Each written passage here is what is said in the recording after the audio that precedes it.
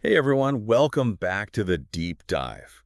We like to get right into it, but today, especially, we're diving deep into a topic that's really crucial, I'd say, Mm. for anyone prepping for government exams. Oh, yeah. Like if you're getting ready for the RBI, Okay. SEBI, Yeah. NABARD, Mm-hmm. or even the UPSC, this is for you. Gotcha. We're talking about the Food Corporation of India, but FCI. FCI. We're going to break it all down, how it works, why it matters, and what its impact is on India's food security, that whole landscape. Big topic. Oh, yeah. And hey, while you're here, don't forget to hit that like button. Yeah. Subscribe to the channel, click the notification bell so you never miss one of these deep dives. Good stuff.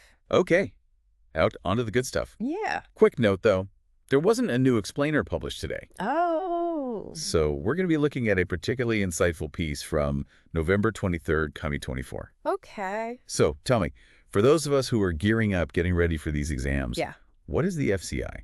Why should we care? So the FCI is really like the backbone of India's entire food security system. Yep. You can think of it as this giant machine, Yeah. It's working tirelessly behind the scenes, Yeah. making sure everyone in India, no matter what their background is, no matter their economic situation, they have access to food. Food security for everyone. That's the goal. It's a massive undertaking. I bet. And it's been around for a while, since, to be precise, 1964. Wow, 1964, that's going back. It's a while. Okay, so they buy, store, move, and distribute food grains. That's the gist, yeah. Sounds like a pretty big job. It is. Why makes it so complex? Well, you got to imagine, coordinating the logistics of feeding a population larger than the entire continent of Europe. Whoa. That's what the FCI is dealing with every single day. Wow. You've got these unpredictable weather patterns that can impact harvests, and then you have fluctuating market prices that constantly need to be stabilized. Right. And then on top of that, this challenge of storing and transporting grains Yeah. to even the most, remote corners of the country. Makes sense. It's a lot. So it's not just moving food around, right? Yeah. It's like this whole network Yeah. of all these interconnected systems. Exactly. And, that's why it's so important for anyone prepping for those exams. Does government exams? Yeah, they need to understand how the FCI works. The source material we have here actually mentions a recent government investment of our 10,700 crore into the FCI. That's huge. It's a lot. And I think that kind of financial support really just highlights how seriously the government takes food security. Absolutely. And, the FCI's role in it. So big investment. Mm-hmm. What's the rationale? What's the why? Yeah, and then how does it trickle down, right? How does that actually help people on the ground level? Okay, so it's a multifaceted strategy, really. This investment allows the FCI to really improve, its infrastructures, the logistics. Oh, okay. Which, ultimately helps keep food prices stable. Right. And that's so critical, especially for vulnerable populations. Yeah, absolutely. They're also able to maintain these huge, massive buffer stocks of food grains. Okay. Did you know that as of November 16th, 2024, Yeah. they had over 25 million tons of rice What? and almost 35 million tons of wheat? That's a crazy amount. It's a lot. That's a lot of food. Just sitting there ready to go. But okay, I see the value of that. That makes sense. But how does that relate to someone studying for the RBI exam? Okay, so understanding the FCI's role in managing these massive stockpiles it's crucial Yeah. for grasping the larger economic picture, right? Okay. So these stocks, they actually play a huge role in stabilizing market prices Yeah. and ensuring food security during crises, right? Right. Okay. Which can have huge implications for monetary policy and financial stability, Makes sense. areas that are directly relevant to the RBI's mandate. Right. Okay. I see the connection. Think back to the pandemic. It was a logistical nightmare for everyone. Absolutely. And the FCI really had to step up in a big way. Yeah, for sure. Yeah. How did they manage during that crisis? So they rose to the occasion. They increased food grain allocations to states, set up a war room for real-time monitoring, and moved almost 50% more food grains than usual Oh my God. to make sure that everybody, even those stranded migrants had access to food. Wow. It's incredible. So it sounds like they're a dynamic organization. They're Yep. constantly adapting, to whatever's thrown at them. Yeah. Now, the source material also mentions a bunch of reforms they've done. Can Yeah. you tell us bit about those. Okay, so they've implemented some really impressive initiatives like the One Nation, One MSP policy, Okay. which, that makes sure direct payments are going to farmers, right? Yeah. Yeah. Which cuts down on delays and potential, Right. Corruption. corruption. Okay. They've also invested heavily in developing steel silos for better storage, Ah, okay. moving away from those traditional methods that were, prone to losses. Yeah. So I see what you mean, a two-pronged approach. Mm-hmm. Improving existing systems Yeah. and then adopting new technologies. Exactly. And that brings us to another exciting part about the FCI, Okay. their adoption of technology. They're embracing it. Oh, yeah. Think like AI-powered grain analyzers Yeah. for quality control and the vehicle location tracking system, the VLTS, Okay. for actually monitoring the movement of food grains in real time. That's so cool. So they're using technology to increase transparency and efficiency across like their whole supply chain. Pretty much, it's a game changer, honestly. Wow. These tech upgrades are really enhancing efficiency and accountability in a way that, even a few years ago, just unimaginable. It's wild how quickly things are changing. It is, and it's not just about fancy gadgets either. Yeah. They've revamped their whole financial processes, made major strides in quality control. They've even developed, this is wild, a method to determine the age of rice. Wait, what? Determine the age of rice? How is that even possible? It sounds crazy. It does. But it's real, and it's incredibly important for making sure, the quality and the freshness of the grain they distribute. Right. Okay. Wow. That attention to detail? Yeah. It's amazing. Yeah, they're going above and beyond. This is way more than just, some boring list of facts. Right. It's a glimpse into this, massive, complex organization Absolutely. that plays such a vital role in the lives of, millions and millions of Indians. Absolutely. We've learned a lot. Yeah. But let's delve a little deeper. Let's take a closer look at some of these reforms and technologies, after a short break. Sounds good. We'll be right back. We've been talking about the FCI, from this macro perspective. Yeah. But I think it's important to, Zoom in a little. zoom in and see how this work directly impacts, everyday Indians. Right. Let's get down to the ground level. Yeah. How does the FCI's work directly benefit, farmers? Okay. So for a lot of farmers, Yeah. the FCI acts almost like a safety net, Okay. like a guaranteed buyer for their produce. Right. So by procuring grains at these minimum support prices, The MSP? yeah, the MSPs, exactly, they're shielding farmers from that, Volatility? and market volatility, ensuring a stable income even when prices are all over the place. So they're taking on some of that risk Mm-hmm. that the farmers would otherwise have to shoulder. Exactly. Which is, in a country like India where so many livelihoods depend on agriculture, It's huge. this has got to be so important. It's essential. So, by providing that price guarantee, Yeah. the FCI is basically encouraging farmers to keep producing those staple crops, right? Okay. Which in turn helps maintain, the overall food security of the whole country. The big picture. The big picture. Yeah. And to ensure that those benefits are going directly to the farmers, that's where, those reforms come in, like the One Nation, One MSP that we talked about. That direct benefit transfer system. Yeah. Yeah, cutting out the middlemen, Yeah. making sure those payments are on time. How does that actually work in practice? Okay, so it's pretty straightforward. The government, they announce MSPs for different crops Okay.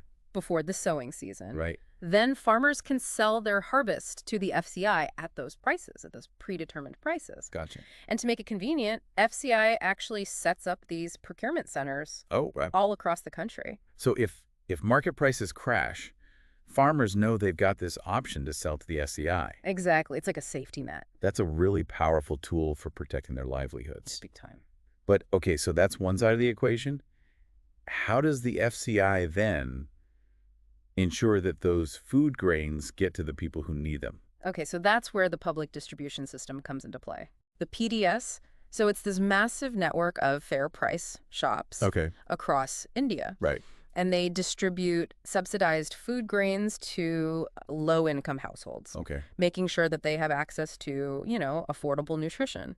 That's a lot of moving parts. Yeah. How do they manage that whole distribution network? So it's a multi-pronged approach.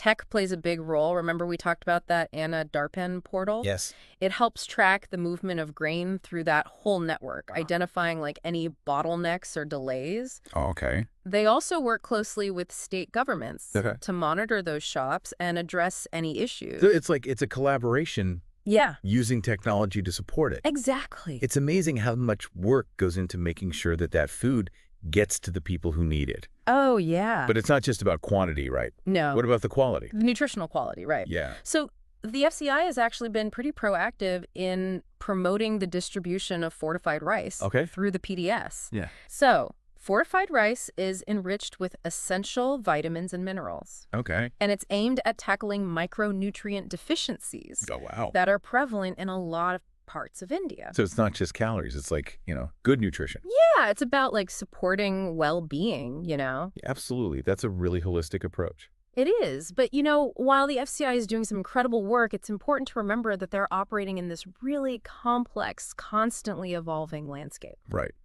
We've talked about the wins, the successes, but what are some of the challenges that they face? So, despite significant improvements in storage infrastructure, storage losses are still a concern. Right. Especially in those older facilities. So, continued investment in modernization is crucial. Okay. Financially, while that recent equity infusion is a huge positive step, the FCI still relies a lot on government subsidies. Okay. So reducing that dependence and finding ways to become more financially sustainable. Yeah. That's a key challenge. It's a balancing act. It is.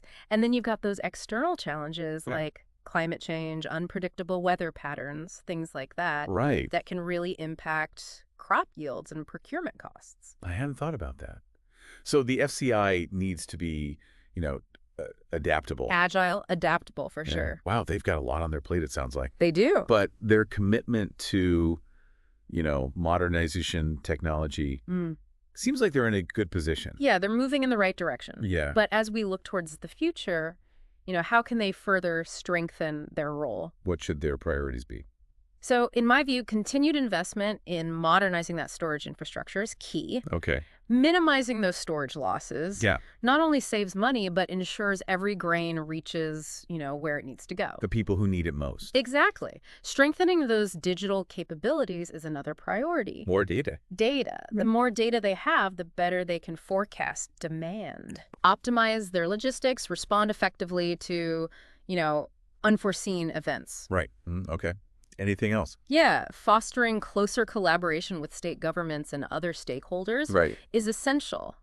Food security is a shared responsibility. Yeah. And working together is key. Makes sense. And finally, they need to think about how they can play a more proactive role in actually shaping India's agricultural landscape. What do you mean by that? Okay, so imagine the FCI incentivizing farmers to adopt, climate-resilient farming practices, supporting smallholder farmers, empowering women in the food supply chain, Gotcha. working with communities to develop localized food systems, Right.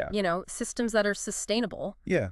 equitable, and provide diverse, nutritious food. That's a much bigger vision Yeah. than just, moving grain around. It's like a catalyst for change, for positive change. Absolutely. It requires a shift in mindset. Yeah. But I think it's necessary, if we want to create that truly food secure future. We've come a long way. We have. From the basics of how the FCI works to this big vision of positive change. It really highlights that food security is not just logistics and numbers, It's about people, livelihoods, their health, their future. Powerful stuff. It is. And on that note, let's move on to our final segment where we wrap everything up. So we've gone deep, haven't we? We have a real deep dive into the FCI. Yeah, from its beginnings to, everything it does to keep India food secure. We've learned so much. I think what's most striking, is how FCI touches the lives of just millions of Indians every single day. Every day. It's this connection between the farmer and the consumer, so essential, but also so incredibly complex. Yeah, and it's clear it's not just about storing grain and moving it around, Oh, no. It's so much more than that. It's dynamic, constantly adapting to new challenges, embracing those innovative solutions. They really want to make sure, like their mandate says, that no one in India goes hungry. And that role, it's only going to become more important, right? As the population grows, as climate change, you know, throws those curveballs. Yeah, they're going to need to be at the forefront. Building a resilient and sustainable food system, Good job. huge responsibility.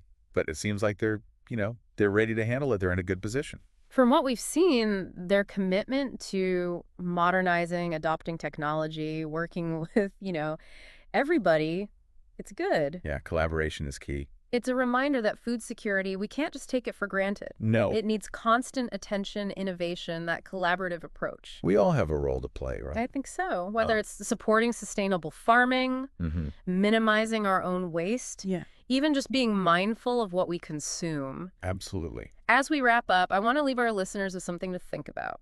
Imagine a future where the FCI, with everything it does, its network, its expertise, goes beyond just its traditional role. Right. Becomes a catalyst for transforming, the entire food system.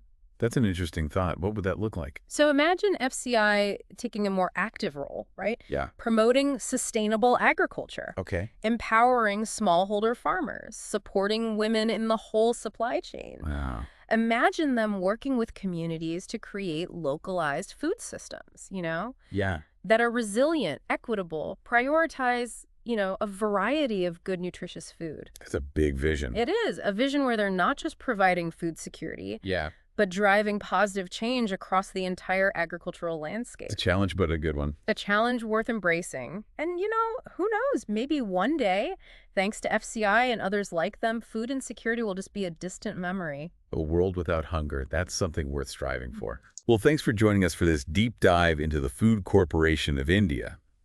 Be sure to check out the show notes. There's links to the source material if you want to learn more. Yeah, go check it out. And as always, keep those brains hungry for knowledge.